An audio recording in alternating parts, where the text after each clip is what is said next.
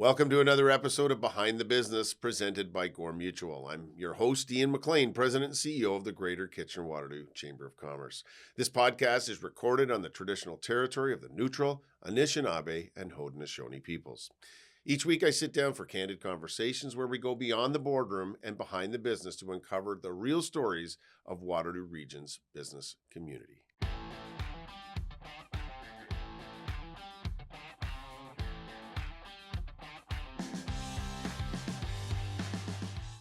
Today's guest is Mark Bingeman, President and CEO of Bingemans, a multi-faceted entertainment, hospitality, and event destination that is well known within our region.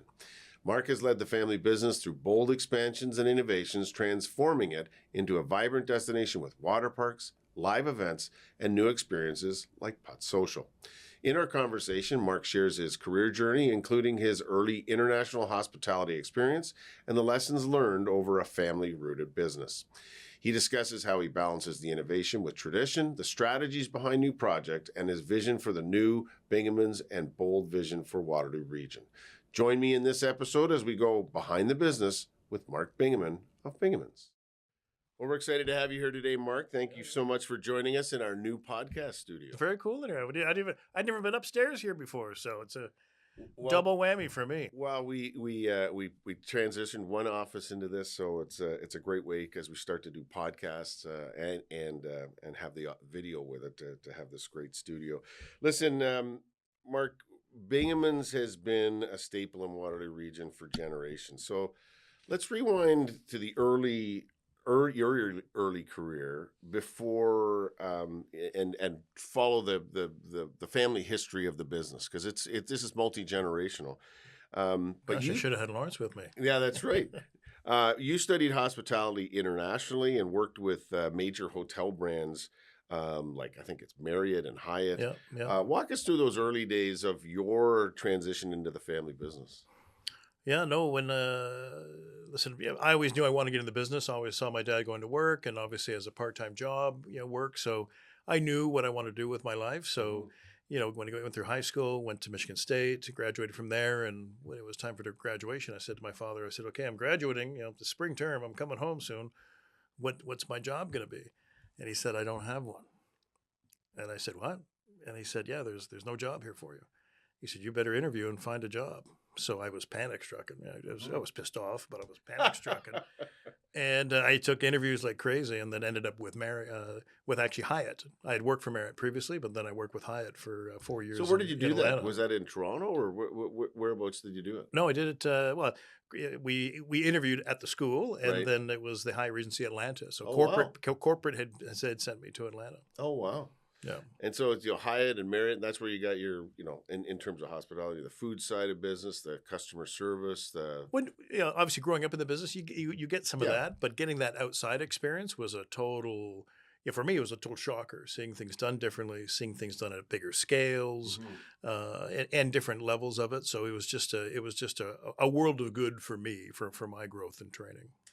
So, and it is a family business. I've lived here for 100 years, or at least since 1971. And so Bingemans has always been part of our family life because of a lot of political events. I remember going to big political rallies at Bingemans back in the day, but it's been part of your family for generations. Not only it's been in the community, but it's been part of the family for generations, starting with your grandfather and evolving into now what is clearly a multi-faceted destination that it is today. And you can talk a little bit about that. What are some of the unique challenges of taking on a family business? Because there's a reason why we have the Center for Family Business, and like family-owned businesses have their own unique challenges. What are some of those challenges? Well, listen, you have the same challenges every other business has, but then you layer that on top of that, you've got family dynamics. Mm-hmm. And, that's where, the need for transparency, the need for being upfront, the need for not only transparency with family members, but also with all of your staff members and key members, because it's a whole lot different. Because family business is typically it's not a 9 to 5 thing. No, like after you're done work, you go home and guess what's discussed at the dinner table. It was either what went right or wrong that day, or just in general blue sky and talking about different things. Just like when you go on vacation. So family business is the business button is never turned off. And you have partners that are non-family. I mean, that's the other part. You got lots of players involved, especially the size and scale of what Bingemans is now. You've got lots of people that you have to manage relationships with. Well, yeah, at the end of the day, well, sure, we've got bankers, we've got other things, but the biggest component and the most important is our management team. All of our people, that HR component and that management team that helps guide. Like, I might be the person at the top making the end decision, but quite honestly, the group makes the decision. Mm-hmm. I'm just lucky enough and to be leading it on their behalf. But it's that group. It's not there's not one voice that calls the shots. So over the last number of years in your leadership, there's new things that are happening at Bingemans, right? That weren't there years ago, and you keep adding to it. What I mean was that? I mean, is it trends and what customer expectations are that led to that, or is it just diversifying your business? How did you decide what those new experiences that you've built and invested in at Bingemans? Well, you still have the traditions that people have come to expect with Bingemans. How do you strike that balance? Sure, probably the biggest number of changes started when we knew that the city and region were putting the road through. Right. The new road. And we knew that well in advance, if several years in advance. And part of Lawrence had asked, hey, do we have the product that people want? Now that we're going to have better frontage, because our challenges always were, not having good frontage, people not being able to find us, having to drive around that, crappy road and down the hill. And I remember those days. I remember those days. Yeah. And although it was quaint and hey, it was great at the time, but we knew things were changing. The region was changing rapidly. And as the region has been changing, even still today, our growth and change is really at the same pace as the region. Yeah. So when we said, no, we don't have the products and things that people want or need, that got us kicked into gear of starting some renovation projects. We did the embassy room back then, and then we started doing the ballroom, and then over to Marshall Hall to upgrade, putting in fiber optics. So most places have fiber optics. Well, we have 2 fiber services just to make sure for redundancies and other things. So when those things were there, and then it was also the water park, and we asked the question. We brought in a big park designer just to help guide us through. You can't navel gaze. Sometimes you have to bring in outside help, and sometimes it's those people that ask the questions that you never either thought to ask or you were afraid to ask. Mm-hmm. And they had said, hey, you don't have proper games room, you don't have this. This is what we had, and we couldn't do it all at once because it would have been just an enormous cost. But we took those thoughts, and as we started growing every year and tweaking, every time we did something, it was for a better goal. Mm-hmm. We had an end game in mind. So that's when Funworks came. We said, hey, we've got millions, tens of millions invested in this water park. Water park season is 90 days in Ontario. Yeah. So it's either you make it or you don't. Yeah. And for us, it was, hey, if we were to do it all over again, would we do it? Yeah, maybe we would, maybe we wouldn't. But we're there, so now let's make it the best. But how do we get that amusement component to be year-round? So we don't have to keep, we can keep staff longer in those, and that's how Funworks was born. Right, because we had more washrooms, more concessions, more attractions, a big games room. So water park, the other water park, and then you also have Funworks and Kingpin, right? So the Funworks building was the first to be built. Yeah. And then we built it to add on. We purposely did it. We added an addition, and then the third addition was the Boston Pizza Kingpin Bowl Lounge. Right. And that was a much larger. And that building is yet to grow into something else, to add another component, but another 40,000 feet at some point in time. So whenever we do a project, we're always looking at what do we need now, what's coming down the pipe for people that's wanting, but what's next? We always leave room for the next thing. And at the same point in time, we're not afraid of changing things up because, prior to Funworks, we had the lower end of the park, we had bumper boats, we had some inflatables, we had the jump eye attraction, a whole bunch of other activities. And a year after we opened Funworks, we realized no one was using those attractions anymore because they all wanted the new stuff. Yeah. So we started phasing those out because not everything is going to, everything has an expiry date. Yeah. And you always have to be looking, what's the next best thing coming? And I see that in my time in the beer business, right? In downtown Toronto when I was working as restaurants, they either adapt and change what they were doing because there's lots there and people want the newest and the latest and something fresh. So you do have to always keep that in mind. Listen, I mean, it's a good segue. Um, and our chamber and the rest of the economic development partners are all talking about, well, there's a vision for us to be 1 million people. That decision was made by the province and the region and others years ago, but we're going to be better part of 1 million people in the next 20 years. And so we have needs, which I think everyone, whether it's in business or civic life, we need lots more healthcare services and professionals. We need housing. We need infrastructure across the board that are all critical priorities. But one of the things that we're conscious of is saying we're going to be 1 million people. How are we a successful community of 1 million people that's worth living in? And part of that is the placemaking part. Like places like Bingemans is a major tourist destination, so it brings people in, which is great for the economy. Great experiences for locals. But that when we are 1 million people, we have to have things that keep people animated and excited about being in this community.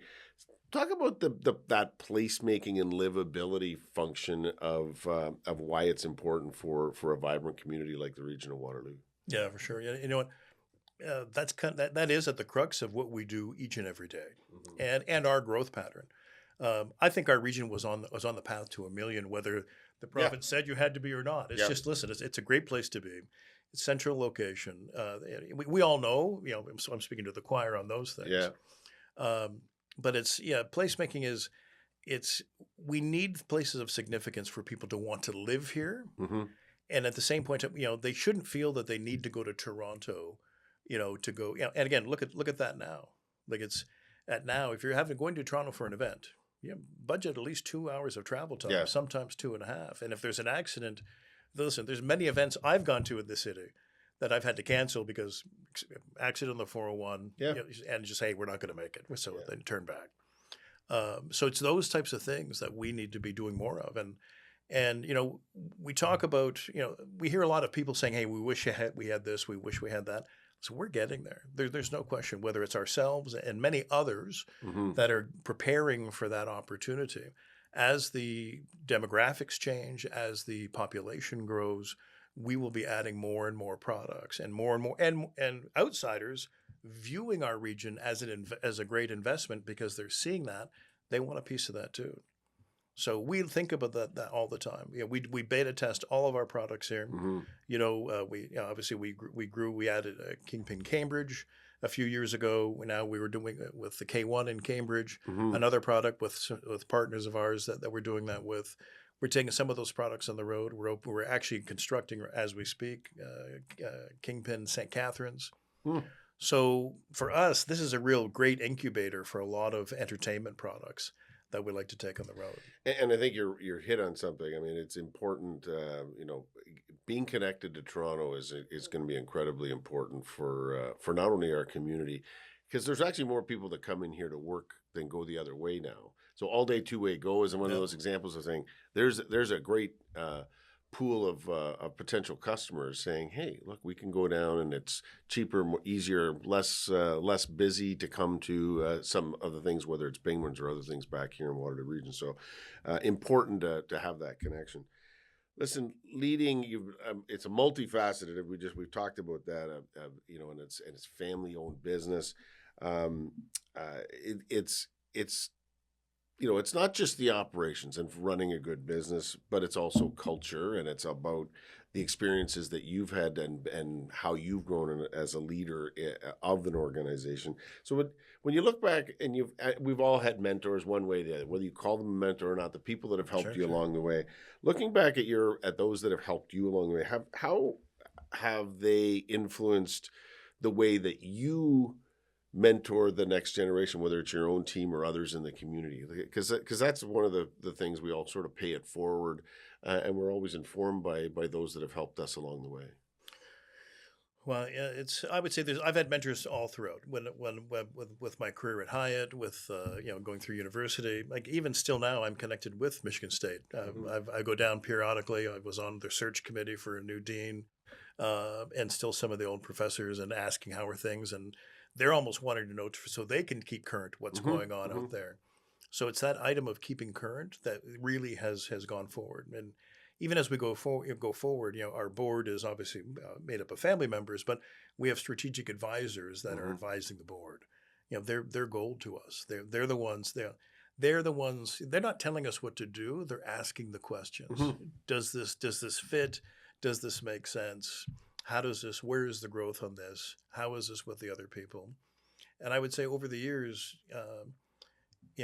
our change in management styles changed dramatically into this management team.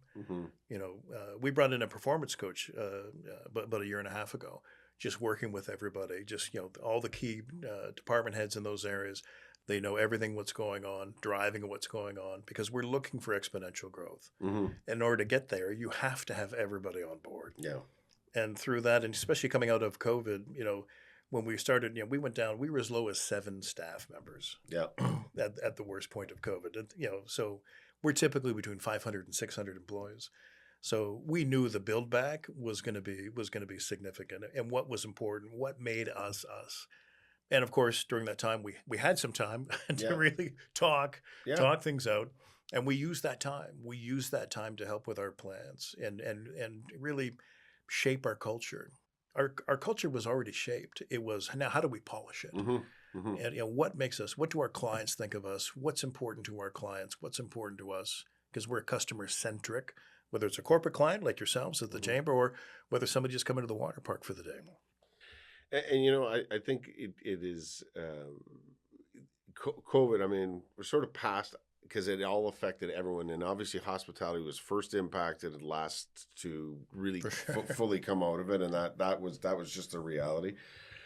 But I think it also there were some lessons there that we really took away from how to do things, and so it sounds like you used the time to figure those things out, and as you say, polish what was already a very successful business.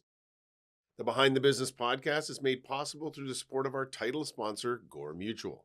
Proudly Canadian, Gore Mutual has stayed true to one purpose for more than 185 years: insurance that does good. It's the reason they exist. They believe that when we focus on being good, doing good, and spreading good, we all thrive together. We're grateful for their continued commitment to our local communities and the positive impact they make every day. For more information, visit goremutual.ca. Listen, you're a major employer, and we just talked about that. From the depths of COVID to where you are now, and you're growing, and you've got you're happy to be it's back. no longer I'm not sure that it ever really was just local, but it's not local anymore. You're all over southwestern Ontario. I mean, you're in a lot of different places, whether it's catering and now in St. Catharines and other places. But you're a big employer. And you hire lots of students starting out in their careers that get to give them their first opportunity. Several of my team here at the chamber have worked at the Bingemans for you, and over the years, it's been lots of people say, "Oh, of course I worked at Bingemans." Everyone eventually sooner or later they were at Bingemans, and so when you look ahead to the trends in education and training. How do you think those things are going to change for the employees that you'll need in the future? Because the profile must have changed from 20 years ago to what the type of employees that you need now. And so education and training and sort of that new generation of workers is going to look different. How do you think both training and education is going to have to adapt so you get what you need to fulfill the goals that you have as a business? So I tell you, the one fundamental has never changed. Even with all this current stuff with AI and everything else, that fundamental is we hire great people.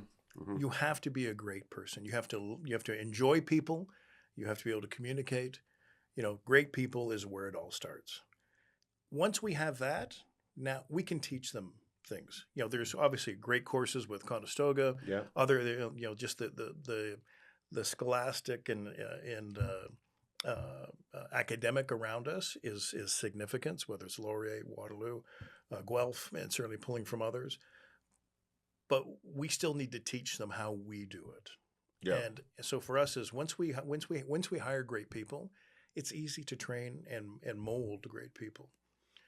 At any given time, we either have 100, somewhere between 100 and 400 of our staff are students, whether university students, high school students.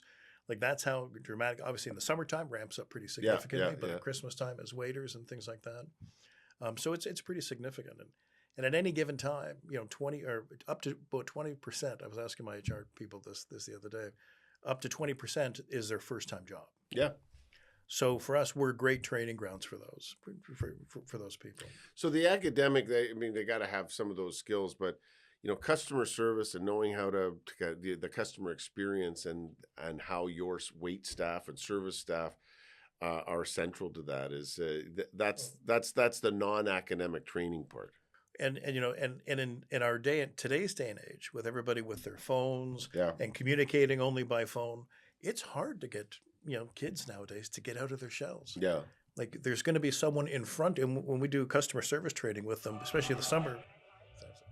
Sorry, bud. I'm glad it wasn't me. No, that was me. I can't believe I didn't turn that off. No worries. I'm gonna get in trouble. It's the problem of being popular. Yeah, right. No, but seriously, it's that for them to understand. Okay, we're gonna have somebody in front of you. You can't look at your phone for assistance or to talk to them. You need to say welcome, and what can we get for you? Yeah. And then upselling or other things, or even obviously we go through customer service training. Hey, if somebody's not enjoying themselves or has an issue, we want it solved by that line person. Yeah. You've got carte blanche, solve their problem. Yeah. We can deal with it afterwards. Yeah. If you think you've given too much or you're giving it too much, don't worry about that.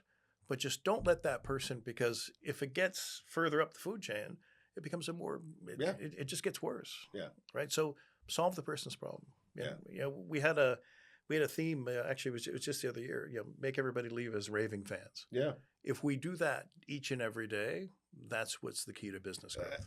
That's good for any business, whether you're a hospitality business or not. As a happy customer is the best advertising. Listen, Conestoga or Bingemans has been a cornerstone of Waterloo Region for decades, and we've touched on that. And you've supported lots of programs and organizations, charities. We've got many events that you're participating in, Oktoberfest and other things over the years. What impact does the positive community events that are here mean to you personally, right? To you and the family and to the business. I mean, there's two parts of this. We want a successful community so others can be successful, but having those big events and for other organizations to be successful is just good for the community, but it's also good for business broadly. Yeah, I would say for us, that's we all live in the community. Yeah. We grew up in the community. We've prospered in this community. You have to give back to the same community. Mm-hmm. And with that cycle, and I personally believe in the Wheel of Fortune, right? Mm-hmm. From Shakespeare, what comes around is going to go around. Yeah. Sometimes may not think of it that way, depending on what situations you're going through, but you have to have faith in that, and you have to have faith with the community. And for us, whether it's we're very connected with the health of the region, so healthcare, so we're very connected with supporting that, and their different initiatives. But even when it's other community initiatives, obviously we've been with Oktoberfest since the beginning, so still working on that and working with them on different items. But it's far beyond that. There was an esports startup trying to get space going, and they needed some assistance. So we thought, hey, listen, we have the ability. When we have the ability, we love supporting and showing. And at some point in time, I'm sure that'll come back to us too. But we need more of that in our community. And I think as we grow, it's a different community today, and it will be a different community tomorrow. And I think some of that learning of some of the more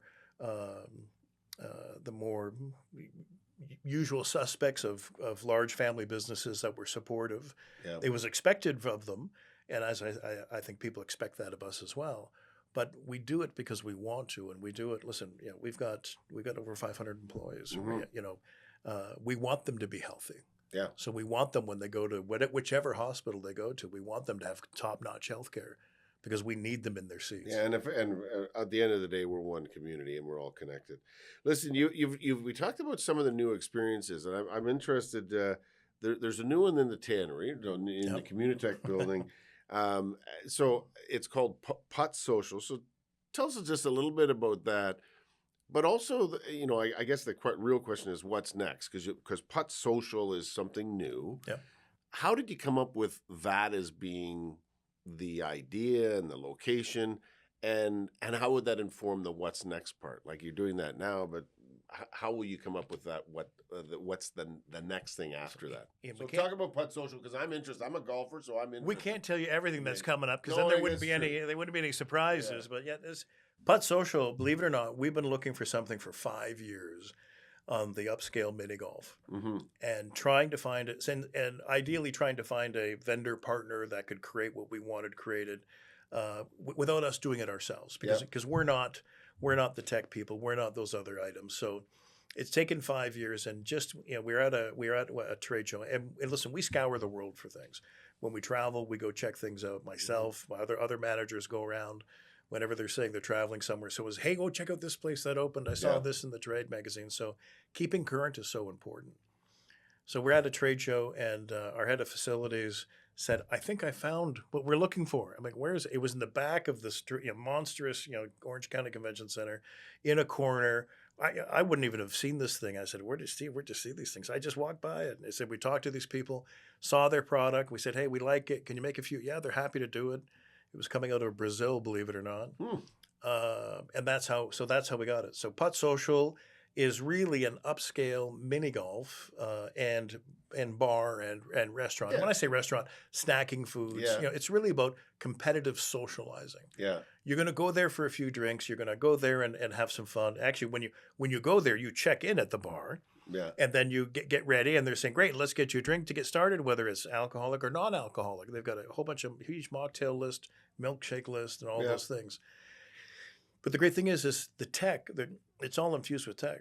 You don't do anything. It keeps score for you and plays games and does all these other things. So for us, this was the beta test for us. Again, for us, we love beta testing in our region. We still had that space, which we hadn't have come back from COVID yet. We said, what can we do cool? Because people still aren't back to the office, unfortunately, fully. So knowing that that's going to be a challenge there, we need something that's a real destination driver. Yeah.